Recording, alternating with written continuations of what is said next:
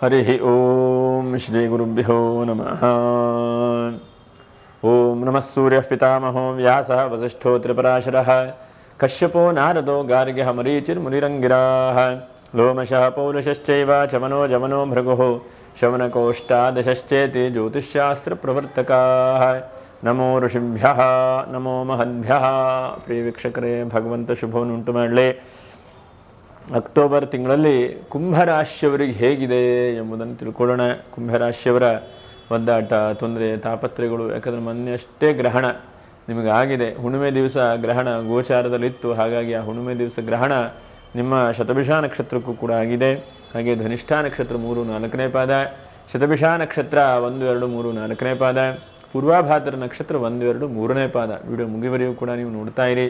ನಕ್ಷತ್ರ ಪರಿಹಾರಗಳು ಏನು ಎಂಬುದನ್ನು ಕೂಡ ನಾವು ಗಮನಿಸೋಣ. ಗ್ರಹಸ್ಥಿತಿ ನೋಡಿ, ರಾಶಿಯಲ್ಲಿ ರಾಹು, 2ನೇ ರಾಶಿಯಲ್ಲಿ ನಿಮಗೆ ಶನಿ ಗೊತ್ತಿದೆ, 7.5 ಶನಿ ಗೊತ್ತಿದೆ, ನಡೀತಾ ಇದೆ ಅಂಥೇಳಿ ಗೊತ್ತಿದೆ. ಇಷ್ಟು ದಿವಸ ಗುರುವು ಕೂಡ ಪಂಚಮ ರಾಶಿಯಲ್ಲಿದ್ದ, ಅವನು ಬೇರೆ ಷಷ್ಠ ರಾಶಿಗೆ 18ನೇ ತಾರೀಕಿನ ಮೇಲೆ ಗುರುವು ಕೂಡ ಪರಿವರ್ತನೆ ಆಗ್ತಾ ಇದ್ದಾನೆ. ಹಾಗೆ ಸಪ್ತಮ ರಾಶಿಯಲ್ಲಿ ಕೇತು, ಅಷ್ಟಮ ರಾಶಿಯಲ್ಲಿ ಶುಕ್ರ, ನವಮ ರಾಶಿಯಲ್ಲಿ ರವಿ, ಬುಧ ಮತ್ತು ಕುಜರು ಕೂಡ ನವಮ ರಾಶಿಯಲ್ಲಿದ್ದಾರೆ. ಹಾಗಾಗಿ ರವಿ ಬಹಳ ಒಳ್ಳೆ ರೀತಿಯಾದಂಥ ಫಲಗಳನ್ನು ಕೊಡಬಹುದು ನಿಮಗೆ.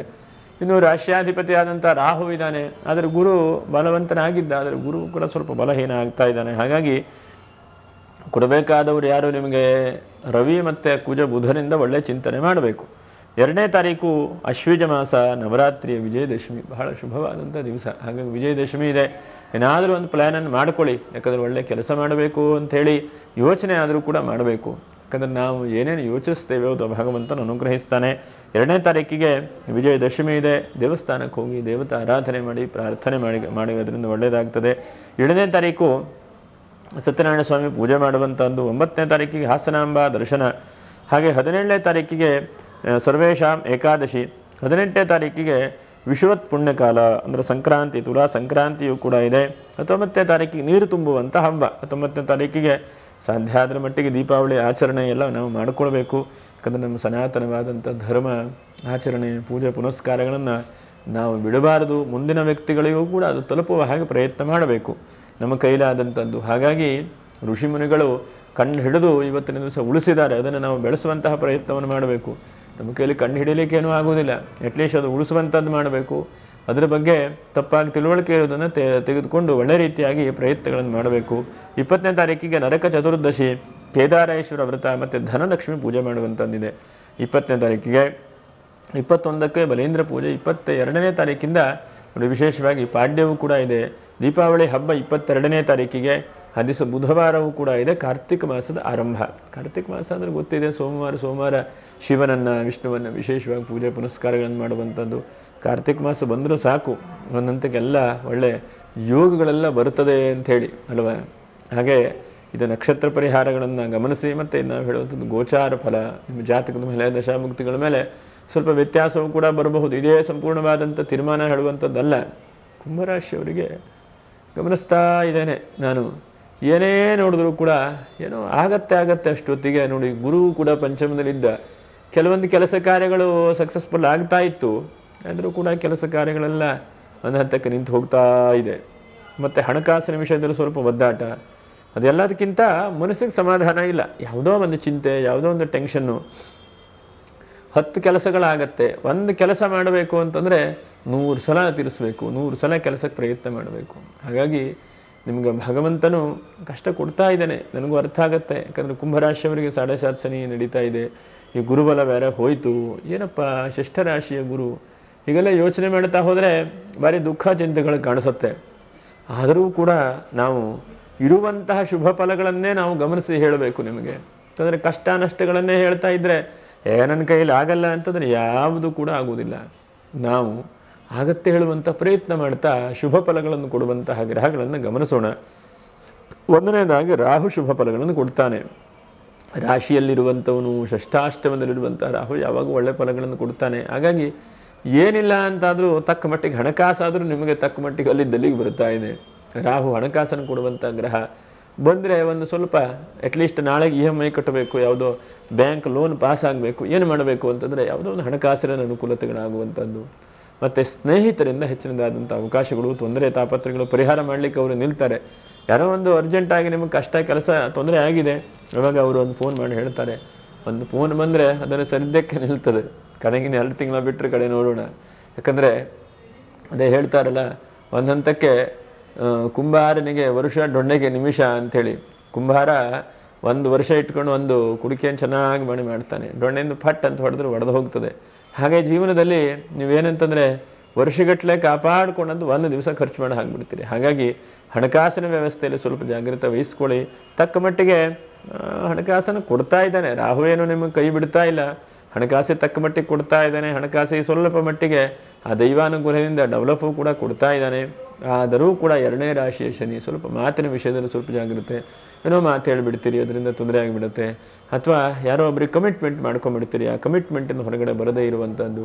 ಆದರೆ ಯಾವುದೋ ಕೋರ್ಟು ಕಚೇರಿಯನ್ನು ನಾ ಬಗೆಹರಿಸ್ತೇನಪ್ಪ, ನಿಂತ್ಕೊಳ್ತೇನೆ, ನಾ ಬಂದು ಎಲ್ಲ ನೀನು ಸರಿ ಮಾಡಿಕೊಡ್ತೇನೆ ಅಂತ ಹೇಳ್ತೀರಿ, ಮಾತದು ವಿರುದ್ಧವಾಗಿ ಅಥವಾ ತೊಂದರೆಯಾಗಿ ಆಗುವಂಥ ಸಾಧ್ಯತೆಗಳಾಗುತ್ತೆ. ಹಾಗಾಗಿ ಮಾತು ಕೊಡುವಾಗ ಈ ತಿಂಗಳಲ್ಲಿ ಬಹಳ ಜಾಗ್ರತೆ ವಹಿಸ್ಕೊಳ್ಳಿ. ಕೊಟ್ಟ ಮಾತನ್ನು ಉಳಿಸ್ಕೊಳ್ಬೇಕು, ಇಲ್ಲಾಂದರೆ ವಾಗ್ದೋಷ ಅಂತ ಬರುತ್ತೆ ನಮ್ಮಲ್ಲಿ. ಹಾಗಾಗಿ ಏನೇ ಮಾತು ಕೊಡಿ, ಏನೇ ಪ್ರಯತ್ನಗಳನ್ನು ಮಾಡಿ ಅದು ಉಳಿಸ್ಕೊಳ್ಳುವಂಥ ಪ್ರಯತ್ನವನ್ನು ಮಾಡಿ. ಷಷ್ಠ ರಾಶಿಯ ಗುರು ಷಷ್ಠಕ್ಕೆ ಹೋಗಿದ್ದಾನೆ. ಹಾಗಾಗಿ ಸ್ವಲ್ಪ ಶತ್ರುಗಳೆಲ್ಲ ದೂರ ಆಗುವಂಥ ಸಾಧ್ಯತೆಗಳಿದೆ. ಆದರೂ ಅನಿರೀಕ್ಷಿತವಾದಂತಹ ಜನರಿಂದ ನಿಮಗೆ ತೊಂದರೆ ಆಗ್ತದೆ. ನಾಳೆ ಹೀಗಾಗುತ್ತೆ ಅಂಥೇಳಿ ಯಾರಿಗೂ ಗೊತ್ತಿಲ್ಲ, ನಾಳೆ ಕರೆಂಟ್ ಹೋಗುತ್ತೆ ಅಂತೇಳಿ ಗೊತ್ತಿಲ್ಲ. ಇವತ್ತೇ ಕರೆಂಟ್ ಇದ್ದರೆಲ್ಲ ಕೆಲಸ ಕಾರ್ಯಗಳನ್ನು ಮಾಡ್ಕೊಳ್ತೇನೆ ಅಂಥೇಳಿ ಯೋಚನೆ ಇರುತ್ತೆ, ಅದರ ಇದ್ದಕ್ಕಿದ್ದ ಕರೆಂಟ್ ಹೋಗಿಬಿಡ್ತದೆ. ಏನು ಮಾಡೋದು? ಎಲ್ಲ ಚೆನ್ನಾಗಿರುತ್ತೆ, ಸಿಸ್ಟಮೇ ಯಾಕೋ ವರ್ಕ್ ಆಗ್ತಾ ಇಲ್ಲ, ಏನು ಮಾಡೋಣ? ಎಲ್ಲ ಚೆನ್ನಾಗಿದೆ, ಇಂಟರ್ನೆಟ್ ಚೆನ್ನಾಗಿದೆ, ಎಲ್ಲವೂ ಕೂಡ ಇದೆ.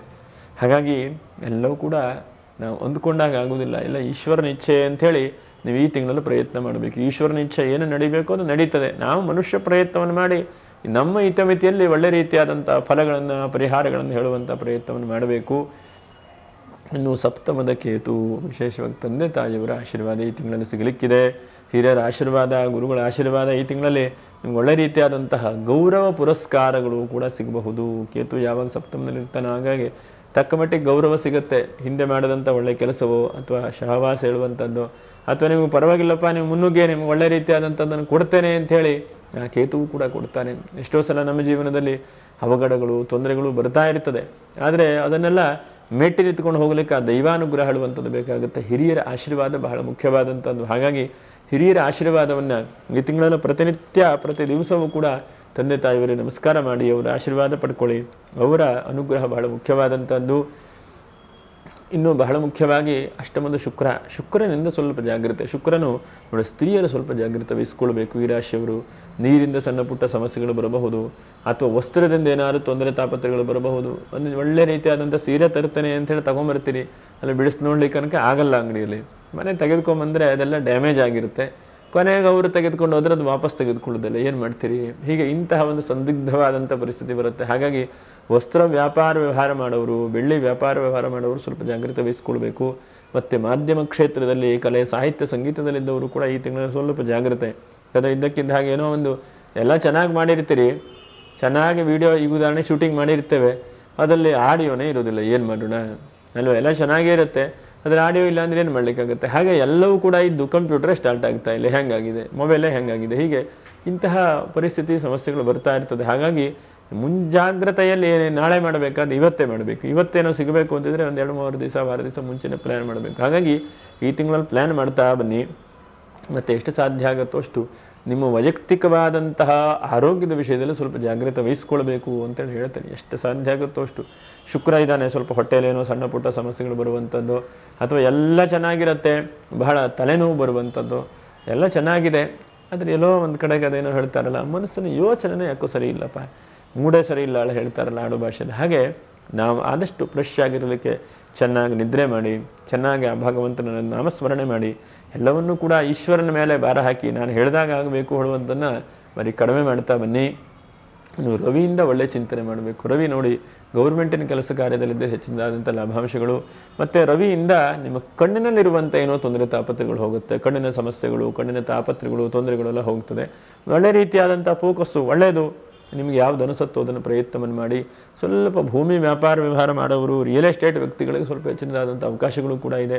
ಎಲ್ಲೋ ಒಂದು ಕಡೆಗೆ ಭೂಮಿ ವ್ಯಾಪಾರ ವ್ಯವಹಾರ ಮಾಡ್ಕೊಂಡು ತೊಂದರೆ ಆಗಿರ್ತದೆ, ಅಥವಾ ಕೋರ್ಟು ಕಚೇರಿ ಕಾನೂನಿನ ಸಮಸ್ಯೆಗಳಿರುತ್ತೆ, ಹಗ್ಗ ಜಗ್ಗಾಟಗಳು, ಅಥವಾ ನಿಮ್ಮ ರಿಲೇಷನಲ್ಲಿ ಕುಟುಂಬದಲ್ಲೇ ಕಿರಿಕಿರಿ ಇದೆ, ಅದು ಸ್ವಲ್ಪ ಏನೋ ಒಂದು ಬಗೆಹರಿಲಿಕ್ಕೆ ದಾರಿಗಳಾಗುತ್ತೆ. ಯಾಕಂದರೆ ಕುಜನು ರವಿ ಜೊತೆಗಿದ್ದಾಗ ಏನೋ ಗೌರ್ಮೆಂಟಿನ ಒಂದು ಶಕ್ತಿ ಸಾಮರ್ಥ್ಯಗಳಿದೆ, ಗೌರ್ಮೆಂಟಿನ ಅನುಕೂಲತೆಗಿದೆ ಅಂಥೇಳಿ ನಿಮ್ಗೆ ಅನುಕೂಲತೆಗಳಾಗ್ತದೆ. ವಿದ್ಯಾಭ್ಯಾಸ ಮಾಡ್ತಾ ಇರುವಂಥ ಮಕ್ಕಳಿಗೆ ಬಹಳ ಒಳ್ಳೆಯದಾದಂಥದ್ದು. ಇನ್ನು ವಿವಾಹಕ್ಕೆ ಸ್ವಲ್ಪ ಪ್ರಯತ್ನ ಮಾಡಿಕೊಳ್ಳಿ, ಯಾಕಂದರೆ ಈ ತಿಂಗಳಲ್ಲಿ ಸ್ವಲ್ಪ ವಿವಾಹಕ್ಕೆ ಅಷ್ಟೊಂದು ಕಾಣಿಸೋದಿಲ್ಲ. ವಿವಾಹ, ಸಂತಾನ, ಮಂಗಲ ಕಾರ್ಯಗಳಿಗೆ ಅಷ್ಟೊಂದು ಸಪೋರ್ಟ್ ಕಾಣಿಸೋದಿಲ್ಲ. ಎಲ್ಲ ಒಂದು ಕಡೆ ಆ ಕಡೆ ಈ ಕಡೆ, ಆ ಕಡೆ ಈ ಕಡೆ ಜಗ್ಗಾಡ್ತಾ ಇದೆ ಜೀವನ. ಎಲ್ಲ ಆ ಈಶ್ವರನ ಮೇಲೆ ಹಾಕಿ ಈಶ್ವರನ ಇಚ್ಛೆಯಿಂದ ಏನಾಗಬೇಕು, ನನ್ನ ಕರ್ತವ್ಯ ನಾನು ಮಾಡ್ತೇನೆ ಅಂಥೇಳಿ ತೀರ್ಮಾನ ಮಾಡ್ತಾ ಬನ್ನಿ. ಅನನ್ಯ ಚಿಂತನೆಯಂತೋ ಮಾಂ ಯೇ ಜನಾ ಪರ್ಯುಪಾಸತೆ ತೇಷಾಂ ನಿತ್ಯಾಭಿಯುಕ್ತಾನಾಂ ಯೋಗಕ್ಷೇಮಂ ವಹಾಮ್ಯಹಂ ಅಂತ ಭಗವಂತನ ಮೇಲೆ ಭಾರ ಹಾಕ್ತಾ ಮುನ್ನುಗ್ಗುತ್ತಾ ಹೋಗಿ ಭಗವಂತನ ಎಲ್ಲೋ ಒಂದು ಕಡೆ ನಿಮ್ಮ ಕೈ ಹಿಡಿತಾನೆ, ಎಲ್ಲೋ ಒಂದು ಕಡೆ ಅನುಗ್ರಹಿಸ್ತಾನೆ, ಎಲ್ಲ ಕಷ್ಟಗಳನ್ನು ಕೂಡ ಪರಿಹಾರ ಮಾಡ್ತಾನೆ ಅಂತ ಹೇಳ್ತಾ, ನಕ್ಷತ್ರ ಪರಿಹಾರಗಳು ಏನು? ಧನಿಷ್ಠಾ ನಕ್ಷತ್ರ 3, 4ನೇ ಪಾದ ಎಡಬಿಡದೇ ಇದ್ದ ಹಾಗೆ ಧನಲಕ್ಷ್ಮಿಯನ್ನು ವಿಶೇಷವಾಗಿ ಪೂಜೆ ಮಾಡಿಕೊಳ್ಳಿ. 20ನೇ ತಾರೀಕಿಗೆ ಧನತ್ರಯೋದಶಿ ನೋಡಿ, ಹಾಗಾಗಿ ಧನತ್ರಯೋದಶಿ ದಿವಸ ವಿಶೇಷವಾಗಿ ಲಕ್ಷ್ಮೀ ಪೂಜೆಯನ್ನು ಪ್ರಾರ್ಥನೆಗಳನ್ನು ಮಾಡಿಕೊಳ್ಳಿ. ಆರ್ಥಿಕವಾಗಿ ಅನುಕೂಲತೆಗಳಾಗುವ ಹಾಗೆ ಪ್ರಯತ್ನಗಳನ್ನು ಮಾಡಿಕೊಳ್ಳಿ, ದೇವರಲ್ಲಿ ಬೇಡಿಕೊಳ್ಳಿ. ಇನ್ನು ಶತಭಿಷಾ ನಕ್ಷತ್ರ, ನೀವು ಎಷ್ಟು ಸಾಧ್ಯ ಇದೆ ನೋಡಿ, ಪ್ರತಿನಿತ್ಯವೂ ಕೂಡ ಶಿವನ ಸ್ತೋತ್ರಗಳನ್ನು, ಶಿವನ ಮಾನಸ ಸ್ತೋತ್ರ ಅಂತಿದೆ, ಶಿವನ ಅಷ್ಟೋತ್ತರ ಶತನಾಮ ಅಂತಿದೆ, ಹೀಗೆ ಶಿವನ ಸಂಬಂಧವಾದಂಥ ಎಲ್ಲ ಪೂಜೆ ಪುನಸ್ಕಾರಗಳನ್ನು ಮಾಡಿಕೊಳ್ಳಿ. ಅಥವಾ ನಮಃ ಶಿವಾಯ ಅಂಥೇಳಿ, ಅಥವಾ ರುದ್ರಾಕ್ಷ ಇದ್ದರೆ ಒಂದು ರುದ್ರಾಕ್ಷ ಧಾರಣೆ ಮಾಡಿಕೊಳ್ಳಿ. ಹೀಗೆ ಶಿವನನ್ನು ಎಡದ ಬಿಡದೆ ಪ್ರಾರ್ಥನೆ ಮಾಡ್ಕೊಳ್ಳಿ.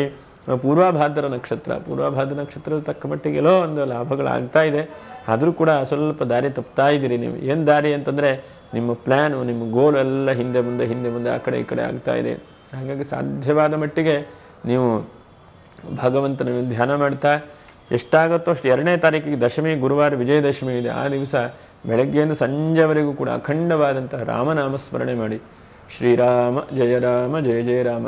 ನೀವು ಅಂದ್ಕೊಳ್ಬೋದು, ಕೆಲಸಕ್ಕೆ ಹೋಗ್ತೇನೆ ನಾನು 9 ಗಂಟೆಯಿಂದ ರಾತ್ರಿ 10 ಗಂಟೆವರೆಗೂ ಕೆಲಸ ಇದೆ, ಏನು ಮಾಡಲಿ ಅಂತಂದರೆ ಬಿಡುವಿರುವಂಥ ಸಮಯದಲ್ಲೇ ರಾಮನಾಮಸ್ಮರಣೆ ಮಾಡ್ಕೊಳ್ಳಿ. ಅಥವಾ ಬೆಳಗ್ಗೆ ಒಂದು ಅರ್ಧ ಗಂಟೆ ಮಾಡಿ ಶ್ರೀರಾಮ ಜಯ ಜಯ ರಾಮ ಹೇಳುವಂತಹ ರಾಮನಾಮಸ್ಮರಣೆಯನ್ನು ಮಾಡಿ. ರಾಮನ ದ್ವಾದಶಾಕ್ಷರಿ ಮಹಾಮಂತ್ರ ಅಂಥೇಳಿ ಕರೀತಾರೆ. ಈ ಮಂತ್ರದ ಅನುಗ್ರಹದಿಂದ ಎಲ್ಲರಿಗೂ ಕೂಡ ಶುಭವಾಗಲಿ, ಮಂಗಲವಾಗಲಿ, ಕಷ್ಟ ತೊಂದರೆಗಳೆಲ್ಲ ಪರಿಹಾರ ಮಾಡಲಿ ಅಂತ ಹೇಳ್ತಾ ಮುಂದಿನ ವಿಡಿಯೋದಲ್ಲಿ ಭೇಟಿ ಮಾಡೋಣ. ನಮಸ್ಕಾರ. ಲೋಕಾ ಸಮಸ್ತ ಸುಖಿನೋ ಭವಂತು. ನಮಸ್ಕಾರ.